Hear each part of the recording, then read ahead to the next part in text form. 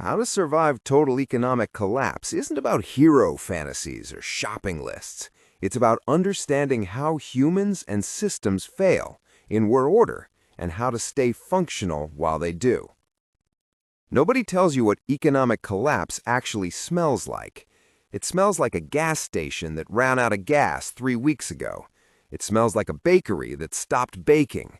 It smells like your neighbor's generator running at 2 a.m. because he knew something you didn't, and now he's the most popular man on the street, and also the most dangerous. This isn't a video about stacking gold coins in a bunker. This isn't a video about buying freeze-dried meals that taste like cardboard soaked in regret. This is the video that tells you what actually happens to a human body, a human mind, and a human community when the economic machine stops. And more importantly, what the science of survival actually looks like when you're standing in the wreckage with nothing but instinct and whatever's left in your kitchen cabinet. Welcome. You're already late. Let's go. Phase 1. The first 72 hours, when everyone still thinks it's temporary. Here's what nobody models in their collapse simulations.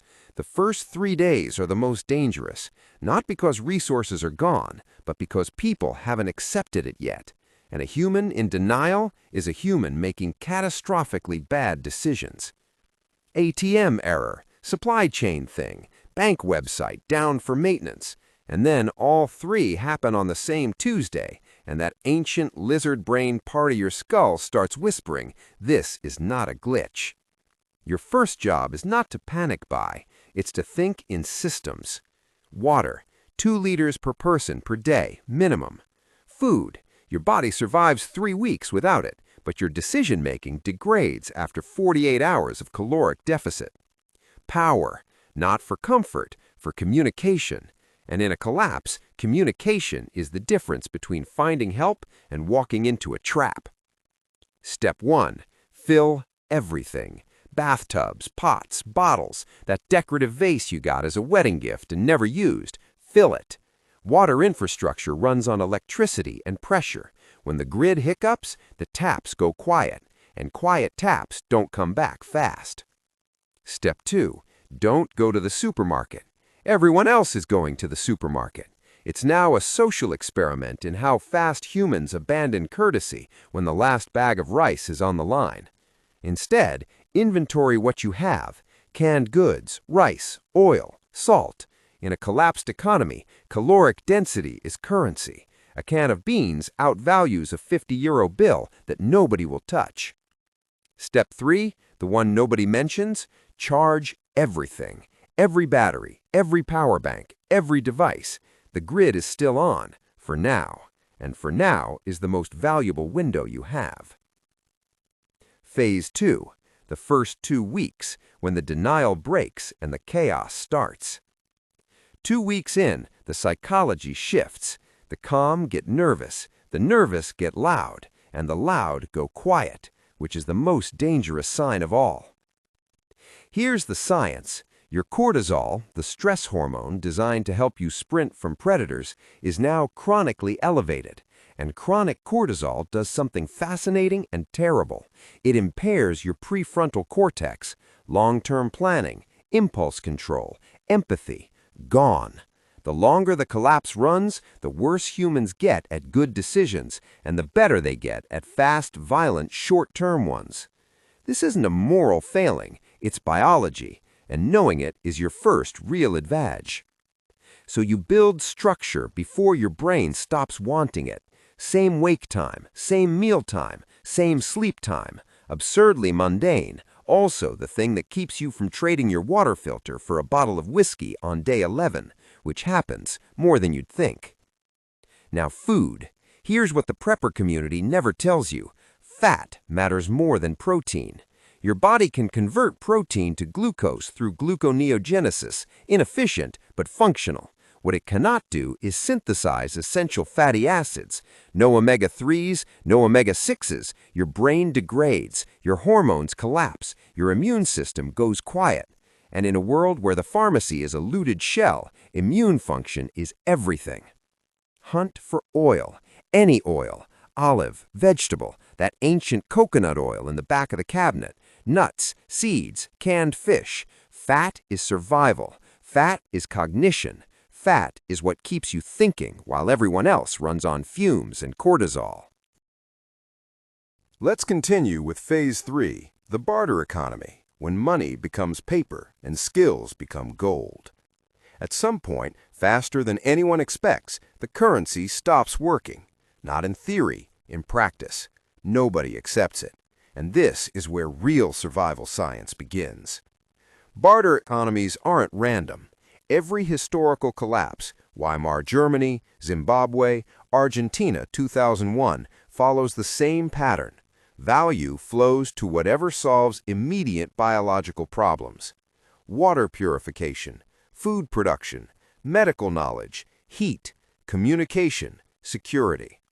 Notice what's missing: your job title, your savings account, your LinkedIn profile, your marketing degree. In a collapsed economy, the most valuable person is the one who can do something with their hands that keeps other people alive. Water first. Build a 3-layer filter. Coarse gravel catches large particles, fine sand catches smaller ones, activated charcoal, made by burning wood in a sealed low-oxygen container, then crushing it, removes chemicals and heavy metals.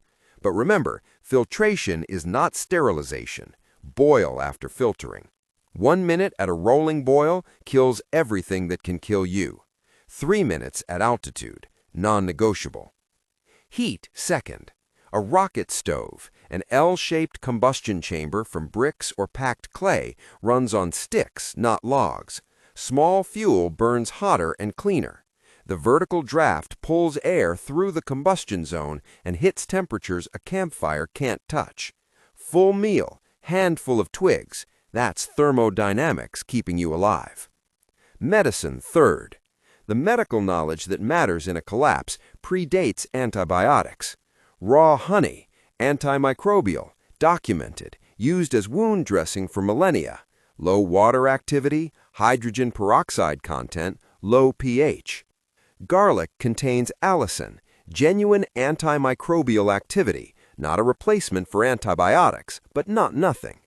Willow bark contains salicin, which your body converts to salicylic acid, aspirin essentially. Boil the inner bark, drink it, it works. This isn't folk mysticism, it's organic chemistry that predates the pharmaceutical industry by several thousand years. Phase 4, the community question, the most dangerous variable. Here's the truth no solo prepper wants to hear. You cannot survive alone long term, not because of resources, because of sleep. You have to sleep. And while you sleep, you're completely vulnerable. Minimum viable security requires 2 people. A functional survival group needs 8 to 15, small enough to decide fast, large enough to cover skills and watch rotations. The most dangerous period for group cohesion isn't the initial crisis. Research on Antarctic expeditions, submarine crews, and disaster survivors all agree. It's weeks 3 through 6. Adrenaline gone. Novelty gone. The charming person from week 1 is now the person everyone wants to exile by week 4. The groups that survive this are the ones that set functional rules early, not moral rules, operational rules. Who decides what? How resources are split? What happens when someone steals? These conversations are deeply uncomfortable. They're also the difference between a community and a mob. Phase 5, the long game. When survival becomes civilization. Past the first month, the calculus changes. You're not surviving a crisis anymore. You're building a new normal. Humans are cooperative animals, not the strongest, not the fastest, but the only species that transmits knowledge across generations at scale. Every civilization that collapsed eventually rebuilt, not because of gold or guns, because of people who knew things and taught others. So the final survival tool weighs nothing. Learn now while the internet still works. Lactofermentation, salt, water, vegetables, 10,000 years of preserved food. Open-pollinated seed saving. Hybrid seeds are sterile. Open-pollinated ones reproduce. Basic electrical repair, physical map reading, bone setting, negotiation. The collapse doesn't end with a bang. It ends with people, slowly, painfully, brilliantly, building something new from the wreckage of the old.